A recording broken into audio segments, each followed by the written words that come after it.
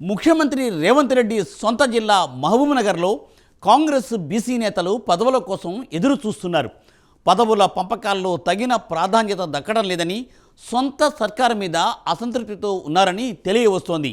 ఇప్పటి వరకు నామినేటెడ్ పదవులు ఒకే సామాజిక వర్గాన్ని కట్టబెట్టారని, ఇకనైనా తమకు అవకాశం ఇవ్వాలని వారు కోరుతున్నారు. గత బీఆర్ఎస్ హయాంలో జిల్లాలో బీసీలకు పెద్దపీట వేశారని, కానీ ఇప్పుడు ఆ పరిస్థితి తలకిందులైందని, ఇలాగైనా జిల్లాలో మళ్ళీ గులాబీ పార్టీ బలం పుంజుకునే ఛాన్స్ ఉండే అవకాశాలు ఉన్నాయని వారు ఆందోళన వ్యక్తం చేస్తున్నారు. ఇకనైనా జిల్లాలోని బీసీ నేతలను గుర్తించి పార్టీ తరఫున ప్రభుత్వంలో తగిన రీతిలో పదవులు ఇచ్చి గుర్తించాలని వారు విజ్ఞప్తి చేస్తున్నారు. ఇంతకు ఉమ్మడి మహబూబ్నగర్ జిల్లాలోని బీసీల గోస ఏంటి, దీనిపై కాంగ్రెస్ నేతల మనోగతం ఏంటో ఈ షెడ్యూల్లో చూద్దాం.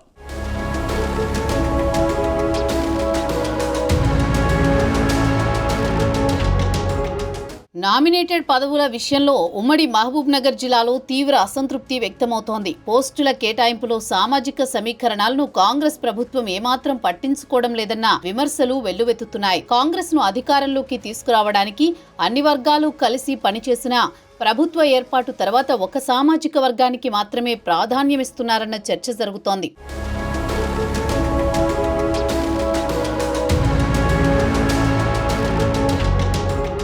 ఉమ్మడి పాలమూరు జిల్లాలో మెజారిటీ నియోజకవర్గాల్లో బీసీ ఓటర్లు ఎక్కువగా ఉన్నారని, పార్టీ అధిక స్థానాలను గెలవడానికి కారణం ఒక రకంగా వాళ్లే అని, అయినా సరే తమను పట్టించుకోవడం లేదని బీసీ నేతలు వాపోతున్నారట. ఇక్కడితో ఆగారా అంటే గత ప్రభుత్వంలో ఏ వర్గాలకు ఎలాంటి ప్రాధాన్యం దక్కిందో లెక్కలు చూపి మరీ నిలదీస్తున్నారని టాక్. బీఆర్ఎస్ హయాంలో ఎక్కువగా బీసీలకే జిల్లాలో పెద్దపీట వేసిన విషయాన్ని కాంగ్రెస్ నేతలు గుర్తు చేస్తున్నారట.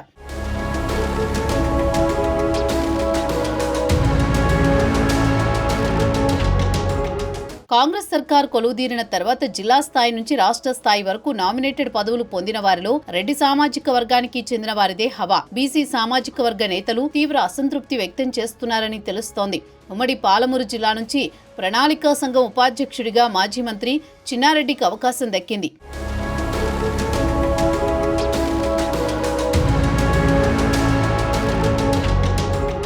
ఇక స్పోర్ట్స్ అథారిటీ చైర్మన్ గా వనపర్తికే చెందిన శివసేనారెడ్డికి కట్టబెట్టారు. Police housing development corporation chairman పదవిని కొడంగల్ మాజీ ఎమ్మెల్యే గురునాథ్ రెడ్డికి అప్పగించారు.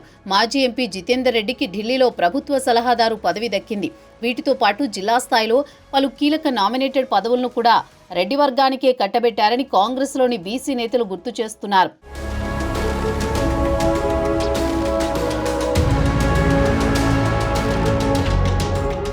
ఉమ్మడి మహబూబ్నగర్ జిల్లాలో మొత్తం 14 అసెంబ్లీ నియోజకవర్గాలుండగా అందులో 2 రిజర్వ్డ్, మిగిలిన 12 నియోజకవర్గాల్లో బీసీలు ఎమ్మెల్యేలు 2 మాత్రమే. 10 స్థానాల్లో ఓసీ సామాజిక వర్గాలకు చెందిన ఎమ్మెల్యేలే ఉన్నారని, అయితే ఆ నియోజకవర్గాల్లో మెజారిటీ ఓటర్లు బీసీలే అని కొందరు నేతలు చెప్పుకొస్తున్నారు.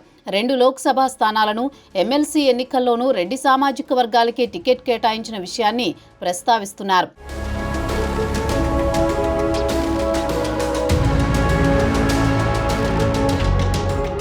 దేవరకద్ర మాజీ ఎమ్మెల్యే సీతా దయాకర్ రెడ్డికి మహిళా శిశు సంక్షేమ కమిషన్ చైర్పర్సన్ పదవి ఇస్తారన్న ప్రచారం జరుగుతోంది.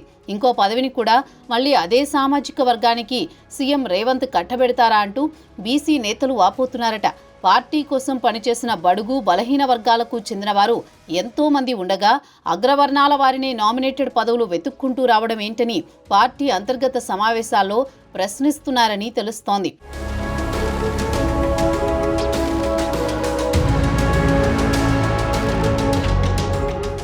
జిల్లా నుంచి మక్తల్ ఎమ్మెల్యే శ్రీహరికి బీసీ కోటాలో మంత్రి పదవి ఇస్తారనే ప్రచారం జరుగుతోంది.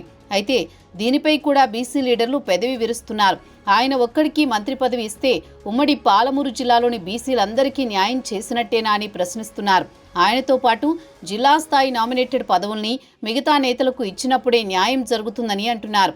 జిల్లాలో జనాభా శాతానికి తగ్గట్లు పదవుల్లో న్యాయమైన వాటా ఇవ్వాలని డిమాండ్ చేస్తున్నారు.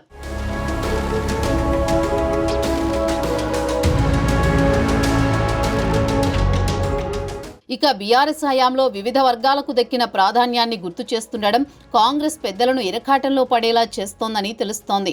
ఇప్పటికైనా తమను గుర్తించి నామినేటెడ్ పదవుల్లో తగిన ప్రాధాన్యం కల్పించాలని మహబూబ్ నగర్ బీసీ వర్గం ఆశావహులు విన్నపాలు వినిపిస్తున్నారట. మరి వారి డిమాండ్ను రేవంత్ సర్కార్ ఏ మేరకు పరిగణలోకి తీసుకుంటుందన్నది హాట్ టాపిక్గా మారింది.